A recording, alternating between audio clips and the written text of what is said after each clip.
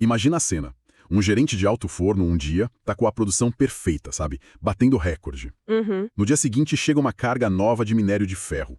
No papel, quimicamente idêntica à anterior. Mesmo tamanho de partícula, tudo certo. Tudo igual. Só que, por algum motivo, o processo todo desanda. A produtividade cai, o consumo de combustível sobe e ninguém entende o porquê. Exatamente. E esse cenário, ele não é hipotético, não. Acontece, e muito.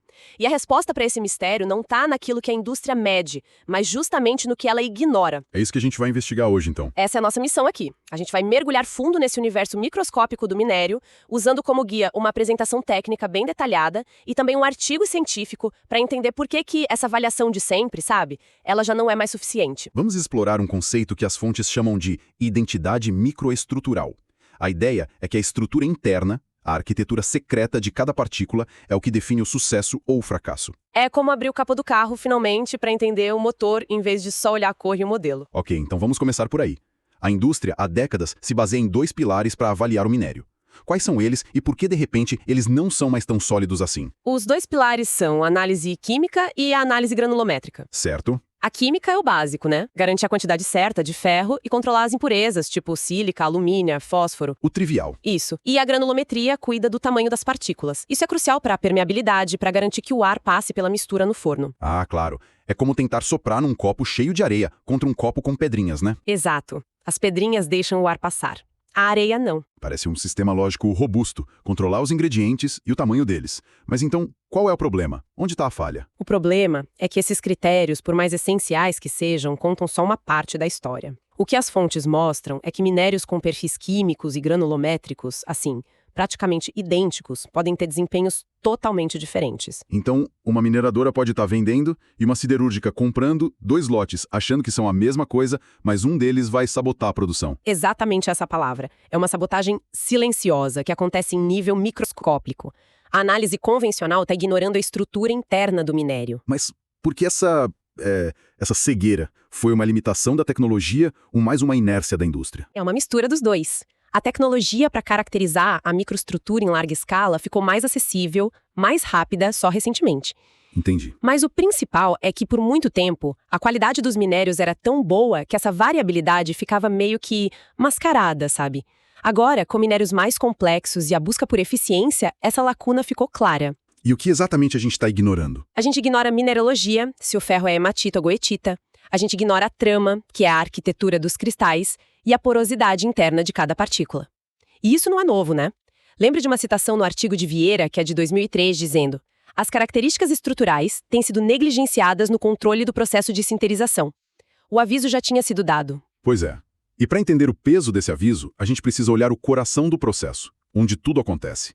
A etapa que chamamos de microaglomeração, certo? Microaglomeração. As fontes usam uma analogia que eu achei ótima, a do bombom, que antes de ir para o forno, as partículas fininhas de minério precisam grudar nas maiores, formando umas bolinhas. É a analogia perfeita.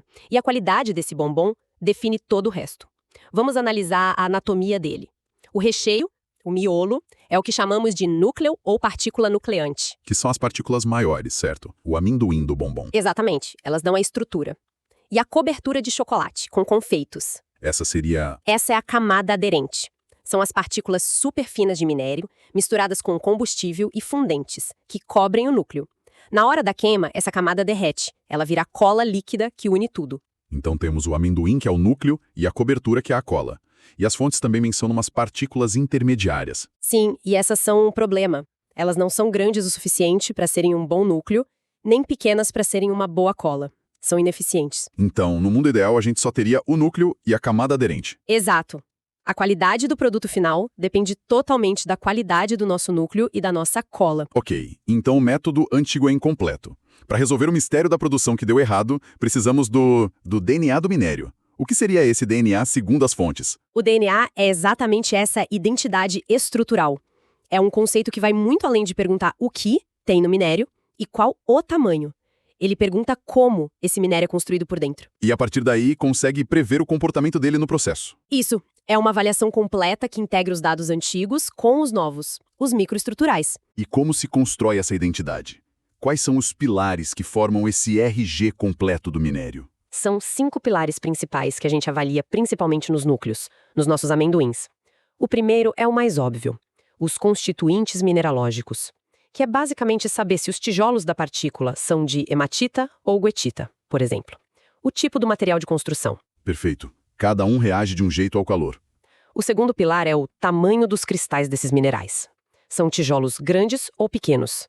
Cristais menores reagem mais rápido. Faz sentido, maior área de superfície. E o terceiro? O terceiro é a trama das partículas. Esse é um dos mais importantes. É a arquitetura interna, como esses tijolos estão montados. Se eles estão bem encaixados ou mais soltos. Exato. Pensa na diferença entre uma parede de tijolos bem amarrados e uma pilha de pedras. A estrutura define a resistência. E o quarto pilar é a porosidade. Os espaços vazios dentro da partícula. Uma partícula mais porosa é como uma esponja. Os gases entram e reagem mais fácil. Mas se for demais, ela pode ficar frágil, quebradiça. É um equilíbrio delicado. E o último pilar? O quinto é a forma e a superfície da partícula. Se ela é mais redonda ou angular, lisa ou rugosa. Uma superfície rugosa ajuda a cola a grudar melhor. E é importante dizer que isso não é achismo, né? É tudo medido com equipamentos de precisão. Sem dúvida. Microscópios eletrônicos, analisadores de imagem, é ciência quantitativa. Certo. Então agora a gente tem essa identidade de 5 pilares. Mas na prática, como é que isso se traduz em desempenho? As fontes conseguem traçar uma linha direta entre a trama de uma partícula e a resistência do produto final? Conseguem, e a conexão é direta e muito forte.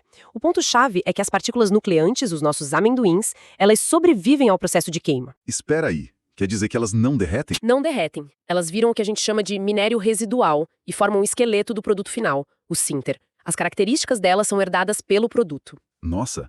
Então a gente não está só misturando e aquecendo. A gente está, na verdade, construindo um material compósito, projetando ele em tempo real. Exatamente essa mudança de mentalidade. É sair do papel de cozinheiro e virar um arquiteto de materiais. E os exemplos são claros. Me dá um exemplo. Uma trama granoblástica nos núcleos, aquela mais interligada, resulta num sinter com menor RDI. RDI, que é o índice de degradação.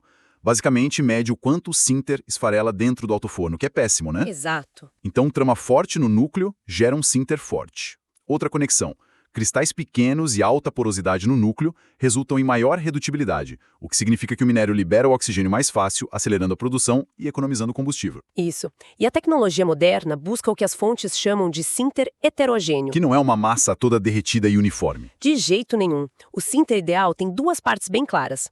Uns 30 a 40% dele é a parte não fundida, que são os nossos núcleos porosos e reativos, o esqueleto. Certo. O resto é a parte fundida, a matriz. É a nossa cobertura de chocolate que derreteu e agora une tudo. E até nessa matriz a gente quer controlar a formação de minerais específicos. Ah, então existem os mocinhos e os vilões mineralógicos aí no meio. Com certeza. Os mocinhos são os ferritos de cálcio aciculares. O nome é complicado, mas são cristais em forma de agulha que criam uma matriz forte e porosa. Os vilões, como a faialita, formam uma matriz vítrea densa que dificulta tudo. Fascinante, então, controlar a microestrutura dos núcleos e a composição da camada aderente permite projetar o produto final com uma precisão cirúrgica. Isso deve estar virando mercado de cabeça para baixo. Tá virando! E as fontes descrevem essa evolução em fases. A fase atual ainda é dominada pela análise tradicional, é o padrão. Ok. Mas a gente já está entrando na fase emergente.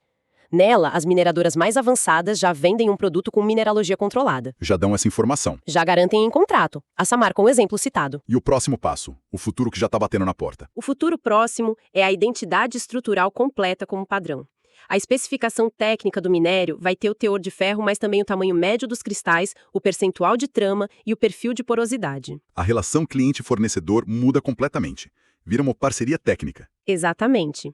O domínio desses atributos é o caminho para destravar o próximo nível de performance. É o que as fontes chamam de o pulo do gato para melhorar o trinômio produtividade, qualidade e custo. E com as novas ferramentas, isso fica cada vez mais viável. Sim, analisadores de imagem, softwares, essa nova tecnologia de produção está se consolidando. Tem uma conclusão forte numa das fontes que diz que é possível vislumbrar uma verdadeira revolução nos critérios que norteiam a análise técnica de minério.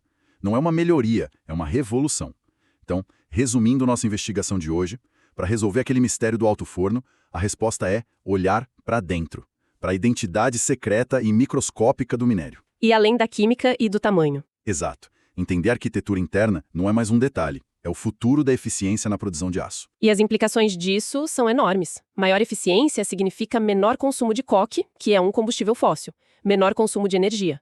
Isso se traduz diretamente em menor emissão de CO2 por tonelada de aço. Então não é só um avanço técnico para melhorar um produto. Não, é um passo fundamental para uma siderurgia mais sustentável com menor impacto ambiental. Perfeito. E para fechar, vamos deixar uma reflexão. As fontes focam muito na importância de entender e selecionar as partículas nucleantes, o esqueleto.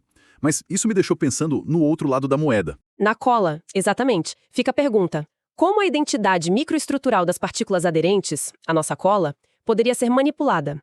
Se a gente pudesse criar misturas de finos com microestruturas específicas para formar matrizes de ligação ainda mais avançadas, talvez isso pudesse levar a materiais com propriedades totalmente novas e otimizadas para o alto forno do futuro.